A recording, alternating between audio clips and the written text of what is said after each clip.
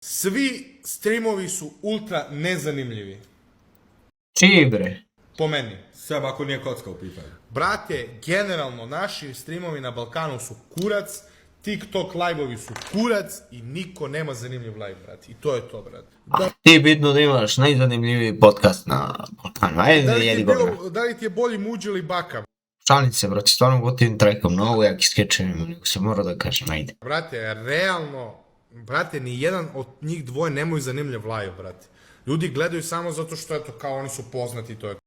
A realno Muđe ima fason, ne možeš da kažeš da nema. Muđe ima kad radi Forest ili tako nešto, brate, sa Ćaletom zanimljiv, a live ne možeš da kažeš da nije, nemoj da jedemo govora. Muđe je gamer, nije on neki sad fanatik, neki dja pravi neke skečeve, zebanci, brate. Mi Muđu znamo kao gamera i on igra Forest i Forest mu je ultra zanimljiv i full. Pa ako ima klasičan live, listavimo TikTok, odemo na kocku, prozivamo malo i to je to. To je realno, brate. Ali, brate, oni su od nekud postali poznati. Pa od čega su postali Nisu poznati? oni, Od brate, proziva. pali. Nisu oni pali s neba.